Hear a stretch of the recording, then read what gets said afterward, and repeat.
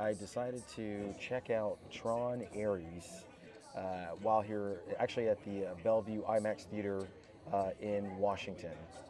And I wanted to, quickly, it just came out this Thursday, and I just wanted to quickly just give some first reactions after seeing the film and let you know what my thoughts are and kind of curious what you guys think as well.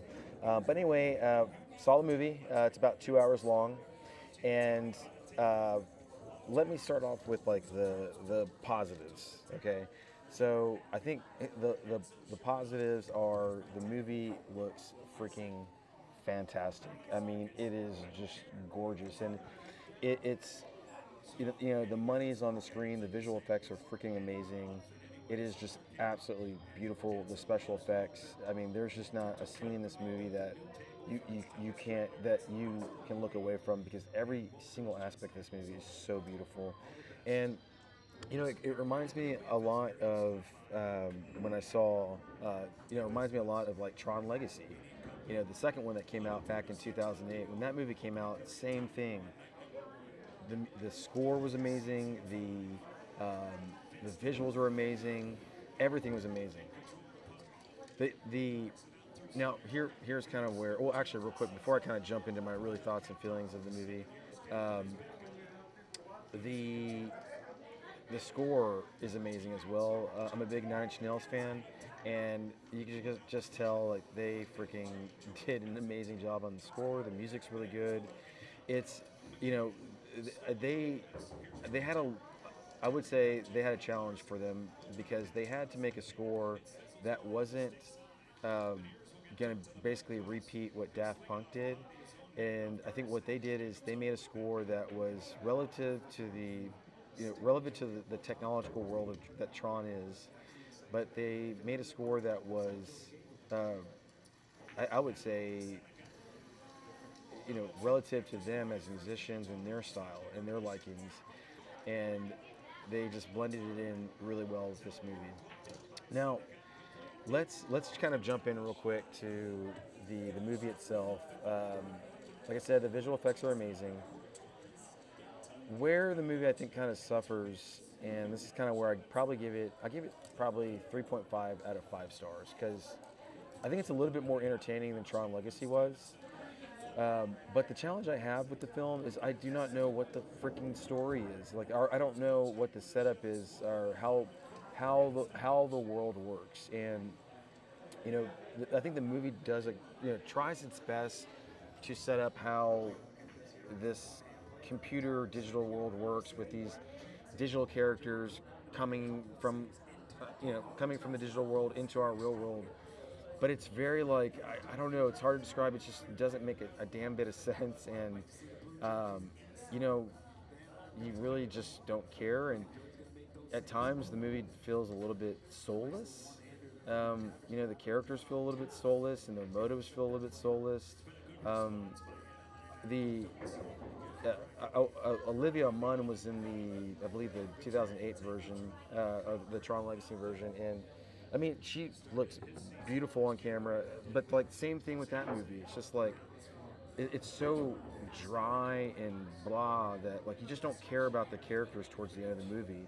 I mean, I think if it wasn't for like the visual effects, I don't think the movie would have me going or really would really have my attention because it's just so boring. And then let's dive into Jared Leto. So for those that don't know, Jared Leto's character in this film he's basically not a human being. He is like an AI digital creation.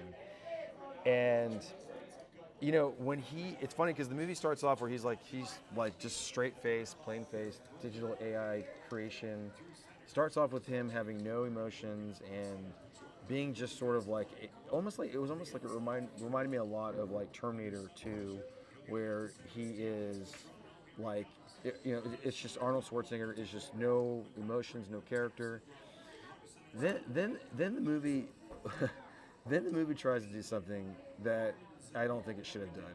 It makes Jared Leto try to be a likable person, and to be honest, Jared Leto,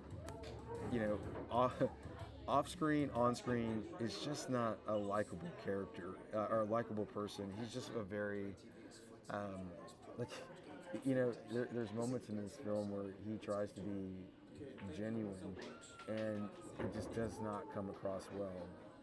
And I know I've heard a lot of stories about Jared Leto, what he's like in real life, and I heard he's not really necessarily a great guy, but I don't know. I've never met him myself, but he just seems like a very soulless, shallowless person. I mean, don't get me wrong, he's very beautiful to look at.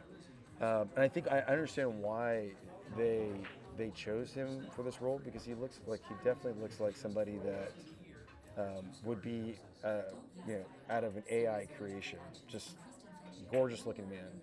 But when the movie tries to make him likable, I'm just kind of like, stop. Like I don't, please. I do not need Jared Leto as a likable, character. I don't need the lead singer of a 30 Seconds to Mars as a likable character.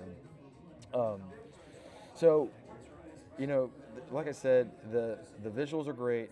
I think the world that it is being set up is sort of hard to follow, and to me, that's a little bit troubling because I think what Disney is trying to do is hey, they're trying to appeal to a larger audience, and they're trying to get people to, um, basically go to Disney World to want to go on the Tron Legacy ride. And so, um, I hope it does well. I mean, at the end of the day, it's like I'm glad that there's something new on screen and it's cool. I'm glad that my favorite band, Nine Inch Nails, is doing a musical score. I'm glad that there's something other than like a Marvel movie that's just visually stunning out there. But I just don't like the story is just not really that entertaining. It's just really the visuals that are doing all the heavy lifting for this film.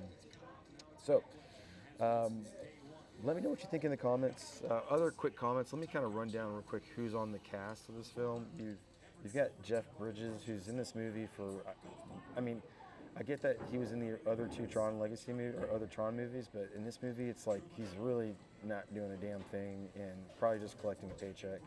Um, I think Greta Lee does a great job. She plays Eve Kim. Her character does seem a little bit like, I don't know, what's the point? Or like, I guess her motives are fine. I guess that's her motives.